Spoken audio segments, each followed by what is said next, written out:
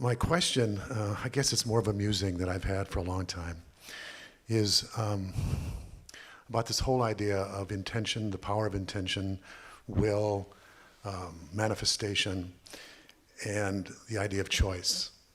Because in a non-dual system, there doesn't seem like choice would exist because there's only one thing in place.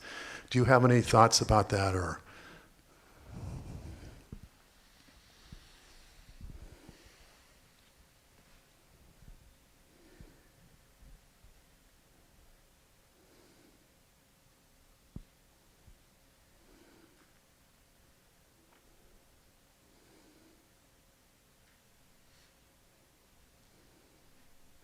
Well, I agree with you that the New Age community has appropriated the non-dual understanding, such as they understand it, and use it to aggrandize the separate self.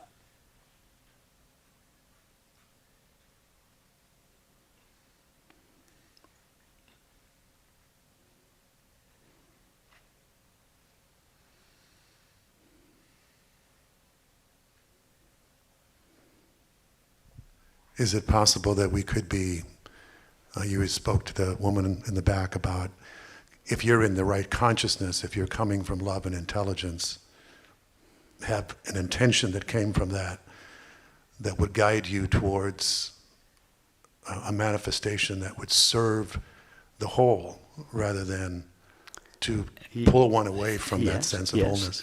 That's true. There is a connection between what takes place on the inside of us and what takes place on the outside of us, because they are two views of the same system.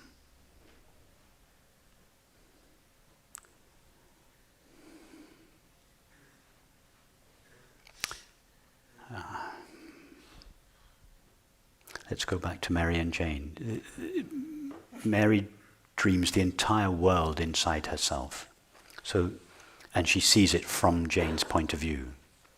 So what Jane sees as the world is in fact what Mary's mind looks like from the point of view of a separate subject of experience. In other words, what we are seeing here is the inside of God's mind. The world is what God's mind looks like from the perspective of a separate subject of experience in that world.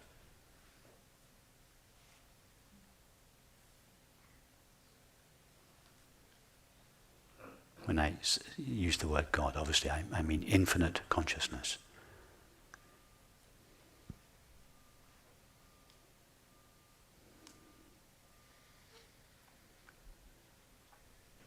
And the way, in other words, what we are seeing now, what we are experiencing now as the world, is like a cross-section of God's mind. And that cross-section appears in a way that is consistent with the limitations of the mind through which it is known. Are you with me? Yes. In other words, our finite mind superimposes its own particular limitations on reality or infinite consciousness or God's mind, and makes God's mind appear in a way that is consistent with those limitations. So, for instance, if we had the mind of a dog or the mind of a sparrow, we would look out and we would see not the same world, but we would see the same consciousness. But that consciousness would appear different to us because of the limitations of our own mind. So it's not that there is one world out there and numerous different consciousnesses viewing it. It is that there is a single consciousness vibrating within itself, and each of our minds are like viewpoints in that consciousness from which, from whose point of view that consciousness appears as the world. So the way the world appears to us is deeply connected to the qualities, characteristics, and limitations of our own mind. So yes, there is a correspondence between the mind and the world. Okay, so then this whole idea of free will comes up. Just as, let me give you an example, just as there is a correspondence between our subjective experience and brain activity. If someone does a brain scan, they will see on their scan images that relate to our internal experience. So if we are feeling hatred, that will show up as a particular image on the scan. If we are feeling thirst, that sensation will show up as an image on the scan. In other words, the scan is a second-person point of view of our subjective experience. Yes? Yeah. Now the world is a second-person point of view of God's subjective experience. We are the second-person point of view looking, doing a brain scan of God's mind, of the mind of infinite consciousness. Are you with me? I think so.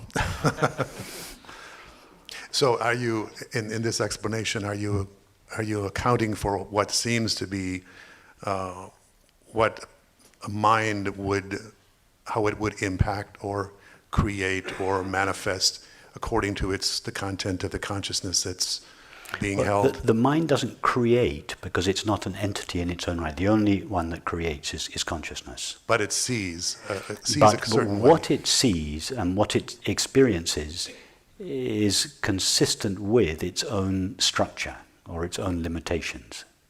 And therefore a dog experiences something very different from a whale or a human being. And amongst human beings, although our minds are structured in very similar ways, there are subtle differences to each of our minds, and therefore subtle differences to each of our experience. So, for instance, a mind that is heavily conditioned still by the sense of separation will experience a world that reflects back to it the apparent reality of its sense of separation. In other words, someone with a very heavy sense of separation will feel, nobody loves me. Everybody doubts me. Everyone's here to take advantage of me. In other words, the limitations of their own, the qualities of their own mind will appear to them as independent entities in the outside world that are acting on them, whereas in fact it's a reflection of their own sense of separation.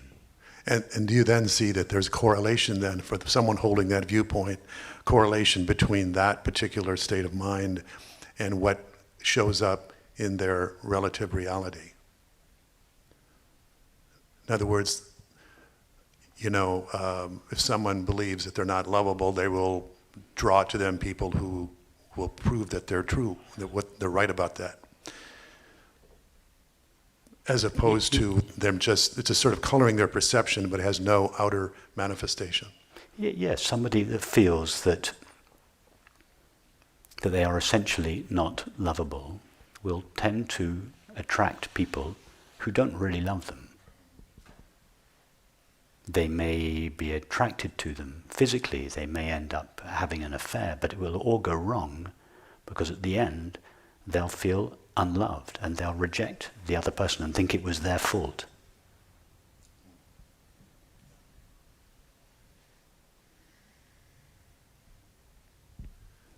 Can you say something?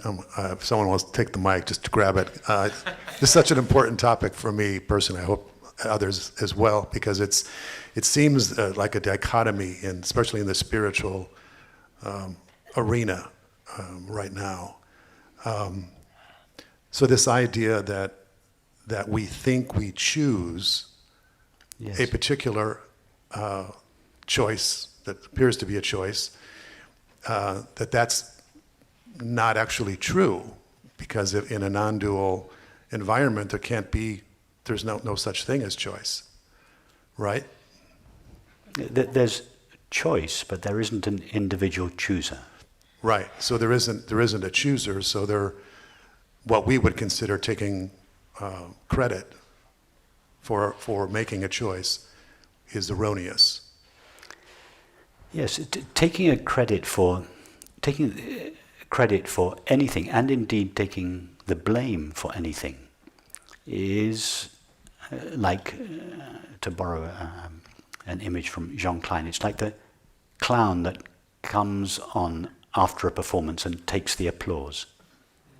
So the performance finishes, the curtain comes down, the clown comes on and bows, and everybody claps him. The clown feels, I did it all. He wasn't there during the performance.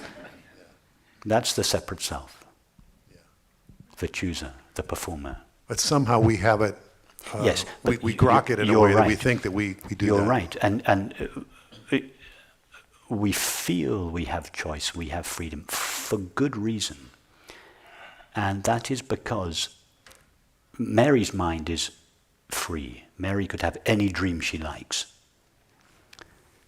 Therefore, but she limits that freedom when she chooses to be Jane in London. She could have been Claire in Paris, but tonight it was Jane in London. Okay? So then she overlooks the infinite free nature of her own mind. She contracts into Jane. And with that contraction, Jane feels cut off from the innate peace and freedom and full contentment of Mary's mind. Therefore, Jane feels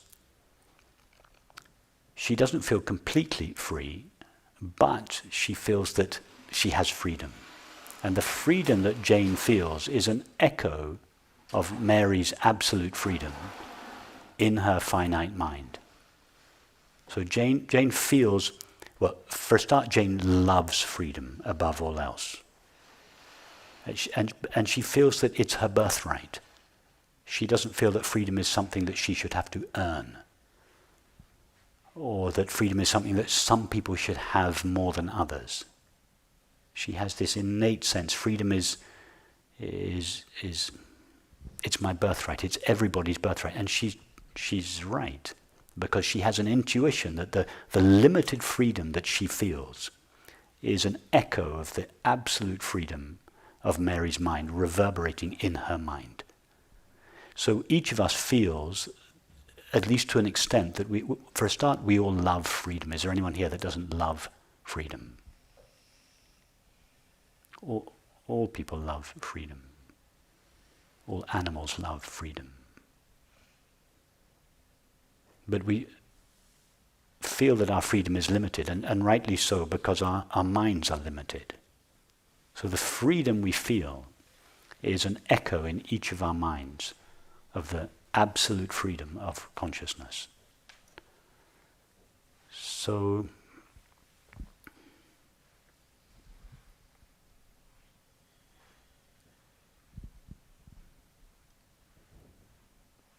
we could say that the